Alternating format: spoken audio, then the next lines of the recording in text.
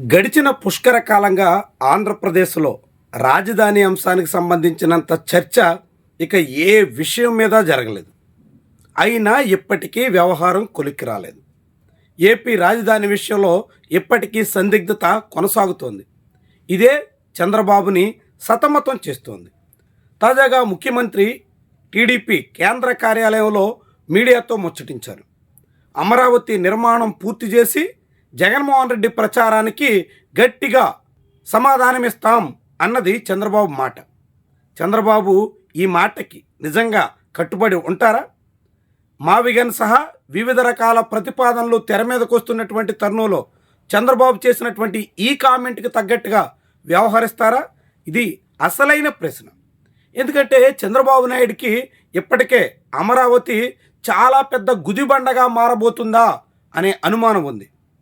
దాదాపు చంద్రబాబు నాయుడు అమరావతిని రాజధానిగా నిర్ధారించిన తర్వాత 6 ఏళ్ల పదవీ కాలంలో ఇప్పటి వరకు ఒక్కడుగు కూడా పూర్తి చేయలేకపోయారు. సిఆర్డిఏ కార్యాలయం తప్ప ఇప్పటి వరకు అమరావతిలో ఒక్క శాశ్వత భవనాన్ని కూడా సిద్ధం చేయలేకపోయారు. ఆఖరికి 2019 నాటికే 90%, 85% పూర్తి అయిపోయిందని చెప్పిన ఎమ్మెల్యే క్వార్టర్స్ సైతం 2 ఏళ్ల కూటమి పాలనలో సిద్ధం చేయలేకపోయారు. భూములు ఇచ్చినటువంటి రైతులకి ప్లాట్లు కూడా చూపించలేకపోయారు. ప్లాట్లు డెవలప్ చేయడం తర్వాత సంగతి, ముందు ఎవరి భూమి ఎక్కడ వస్తుందో, ఎవరికి ఎక్కడ ప్లాట్ కేటాయిస్తారో అనేటువంటి విషయం మీద కూడా ఇంకా అస్పష్టత కొనసాగుతోంది. ఇలాంటి తరుణంలో చంద్రబాబు నాయుడు రాబోయే 3 ఏళ్ల కాలంలో తాను చెబుతున్నట్టుగా మావిగన్ వంటి అంశాలకు సమాధానం ఇచ్చేలా అమరావతిని అభివృద్ధి చెయ్యగలరా? ఇదే అందరినీ వేధిస్తున్న ప్రశ్న. ముఖ్యంగా తెలుగుదేశం పార్టీ మద్దతుదారుల్ని తీవ్రంగా సతమతం చేస్తున్న అంశం. ఒకవేళ నిజంగా 2028 చివరి నాటికి రాజధానిని సిద్ధం చేయలేకపోతే మళ్ళీ అధికారం చేతులు మారే ప్రమాదం ఉంటుంది. మళ్ళీ జగన్మోహన్ రెడ్డి వస్తే అమరావతి పూర్తిగా నిర్వీర్యం అయిపోతుంది అనే కలవరమే అందరినీ వెంటాడుతోంది. అయితే ఇలా చంద్రబాబు నాయుడు రాజధానిని సిద్ధం చేస్తామని చెప్తున్నటువంటి సమయంలోనే సరిగ్గా నారా లోకేష్ రాజధాని పూర్తిగా అభివృద్ధి చేయడానికి తమకు 15 ఏళ్ళు కావాలి అంటూ కోరినటువంటి విషయమే కలకలం రేపుతోంది.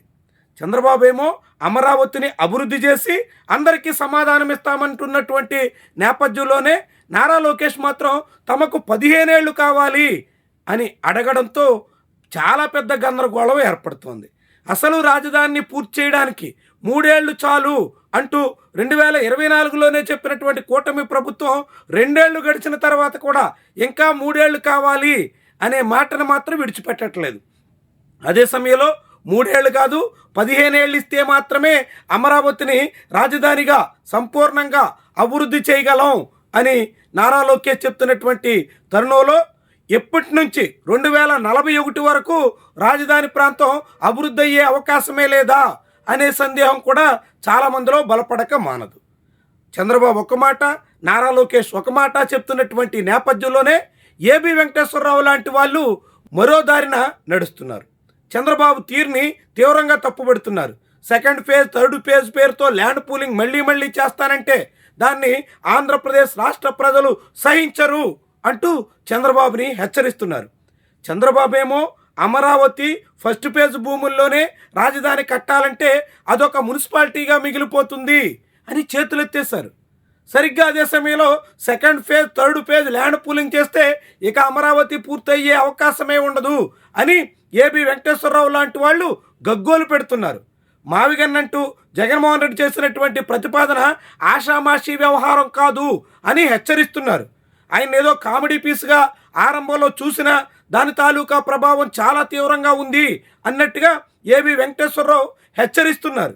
జగన్మోహన్ రెడ్డి చాలా పెద్ద వ్యూహంతో చంద్రబాబు నాయుడికి చెక్ పెట్టే దిశలో మావిగన్ ఎపిసోడ్ని తెర మీదకు తీసుకొచ్చారు అంటూ గగ్గోలు పెడుతున్నారు. మరి ఇలా ఒక్కొక్కరు ఒక్కొక్క దిశలో సాగుతున్నటువంటి తరుణంలో అమరావతి వ్యవహారం ఎటు మళ్ళేను అన్నదే అసలైన అంశంగా మారుతోంది.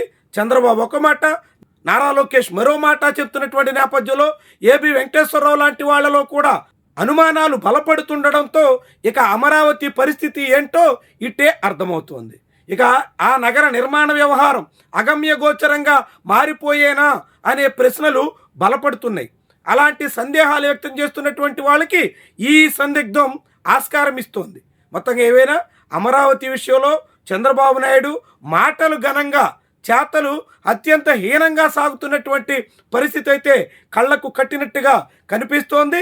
2019కి ముందు నాటి పాలన వదిలేస్తే 2024 నుంచి ఈ 2 ఏళ్ల కాలంలో చంద్రబాబు ఏమీ చేయలేకపోయారనే మాట బలపడుతుంది. దాంతో చంద్రబాబు మీద అనుమానాలు, అనేక సందేహాలు, ఆయన సామర్థ్యం మీదే ప్రశ్నలు భారీగా వినిపిస్తున్నాయని చెప్పొచ్చు.